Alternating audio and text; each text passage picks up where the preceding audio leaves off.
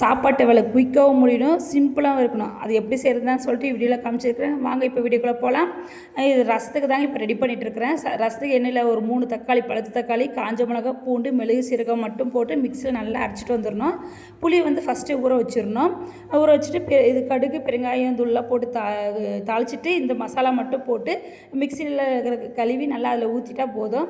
இது ஒரு கொதி வந்து உடனே புளியை கரைச்சி ஊற்றிடலாம். புளியை கரைச்சி ஊற்றி கொத்தமல்லி தூள் போட்டு இறக்கிட்டா போதும். சூப்பராக இருக்கும். 2 நாளாக கிடாது. சிக்கன் எடுத்துகிட்டு வர சொல்லிவிட்டு நான் அப்புறம் ஒரு காஃபி குடிச்சிட்டு மாடி மேலே போய் காஃபி குடிக்கலாம், ரிலாக்ஸ் பண்ணலான்னு சொல்லிட்டு கொஞ்ச நேரம் வெயிட் பண்ணிட்டு இருந்தேன். அப்புறம் சிக்கன் வந்துருச்சு. சிக்கன் வந்தோடனே சிக்கன் கழுவி நல்லா வச்சுட்டு ட்ரை பண்ணி வச்சுட்டு இது மணத்தக்காளி கீரை பொரியலும் இது முட்டையும் வறுத்துட்டு பக்கத்தில் சாதம் வெந்துருச்சு, வடித்து வச்சுட்டேன். இப்போ சிக்கனுக்கு மசாலா தான் ரெடி பண்ணிட்டுருக்கேன். இதில் சிம்பிள் தாங்க. மிளகு, சீரகம், சோம்பு, பூண்டு, வெங்காயம், இஞ்சி, ஒரே ஒரு தக்காளி மட்டும் போட்டு தனியாத்தூள், மிளகாத்தூள், சிக்கன் மசாலா இது மட்டும் போட்டு நல்லா அரைச்சிட்டு வந்தால் போதும்.